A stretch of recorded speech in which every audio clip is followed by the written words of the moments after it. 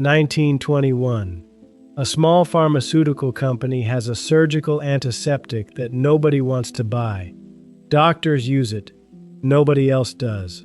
And then, one advertising man asks a question that will make this company a fortune. What if the product isn't the problem? What if the problem is that nobody's afraid enough yet? This is not the history of mouthwash. This is the story of a disease that didn't exist until a company needed you to be afraid of it. I'm Aidan Thomas, and this is Hidden History. The story starts decades earlier, in 1879, when a chemist named Joseph Lawrence, inspired by the antiseptic surgery pioneered by Joseph Lister, created a powerful surgical disinfectant. He named it in Lister's honor, Listerine, and it worked exactly as intended. Surgeons used it to sterilize instruments and wounds. It was strong, effective, and clinical. For the next 40 years, that's all it was, a hospital product. Respected, profitable enough, and almost invisible to ordinary households. The company tried everything to expand it. They sold it as a floor cleaner, a cure for dandruff, even a treatment for gonorrhea. Nothing stuck. By the early 1920s, Listerine was a good surgical product looking for a bigger reason to exist. Then, in 1921, the company handed the problem to an advertising team, and that team didn't look at the product. They looked at the culture and found something more valuable than any ingredient, a feeling nobody had a word for. There was an old, obscure medical term sitting unused in dusty textbooks, halitosis. It simply meant bad breath. Nobody used the word. Nobody feared it.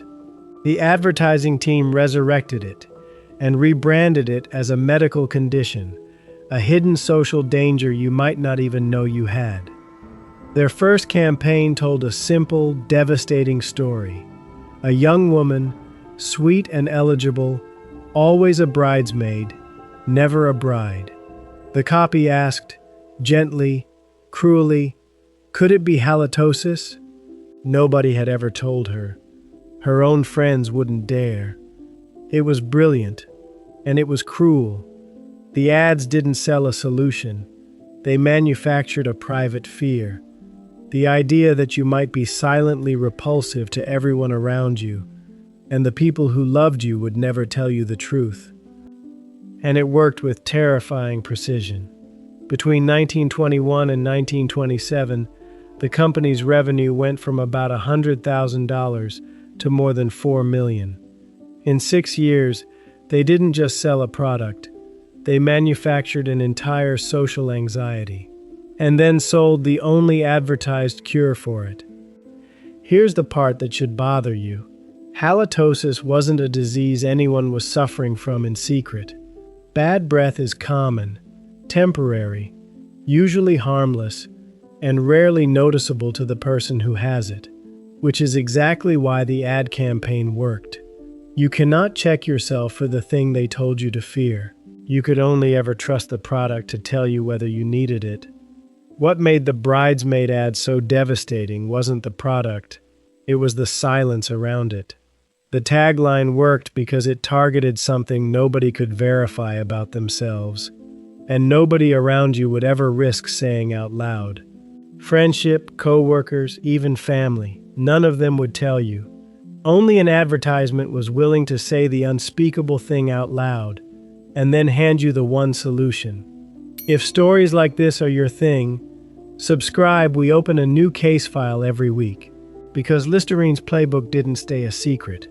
It became the blueprint for an entire century of advertising.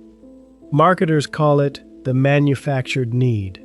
Find, or invent, a private insecurity people won't discuss out loud, give it a clinical-sounding name, and then sell the only advertised cure. It worked so well for Listerine that other companies copied it almost immediately. Soap companies invented BO, body odor, as a shameful medical acronym, complete with tragic advertisements about lonely, unmarried women.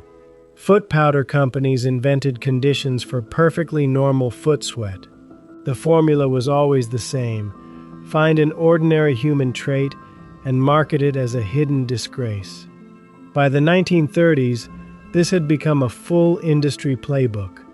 Copywriters were paid specifically to invent conditions. There was strawberry tongue. There was pink toothbrush. The terrifying idea that pink-tinged saliva after brushing meant your gums were quietly failing you, when it was almost always harmless. Each invented condition followed the same 3 steps. Find something completely normal, give it a frightening name, and place a bottle right next to the fear. And here's the twist almost nobody knows. Modern dentists will tell you Listerine's core claim was, for decades, mostly theater. The original formula killed germs in a test tube impressively, but had little proven effect on actual chronic bad breath in the human mouth. The company was selling confidence, dressed up as science. It took until 1975 for the U.S. Federal Trade Commission to formally rule that Listerine's 50-year-old advertising claims about preventing colds and sore throats were false, and to order the company to spend over $10 million correcting the record in its own advertising. But a 50-year head start is nearly impossible to undo. By 1975, halitosis wasn't advertising copy anymore. It was a word parents used with their children, a word doctors occasionally humored, a word every dictionary now listed without a hint of its origin. The fear had become fully domesticated, passed down like a real inheritance. By then, it hardly mattered. The word halitosis had already done its job for over 50 years. It had slipped so completely into everyday language that most people using it had no idea it was a marketing invention at all. Not a medical discovery, but an advertising trick with a lab coat on. Last week we told you about a secret an empire hid so well that it died with them. This week is almost the opposite story. A secret hiding in plain sight for a century, repeated so often by so many people that nobody thought to question it anymore. That's the real case file here, not a disease but a method. Find the fear nobody's naming. Give it a clinical word. Sell the cure. It worked in 1921. Open your bathroom cabinet, or your search history, or your feed from this morning. It's still working now. Next week's case file. 2 men gave you the object sitting in your bathroom right now. One invented it in a prison cell. The other never lived to see his own invention succeed. I'm Aiden Thomas. This is Hidden History. Take a look around. History is everywhere.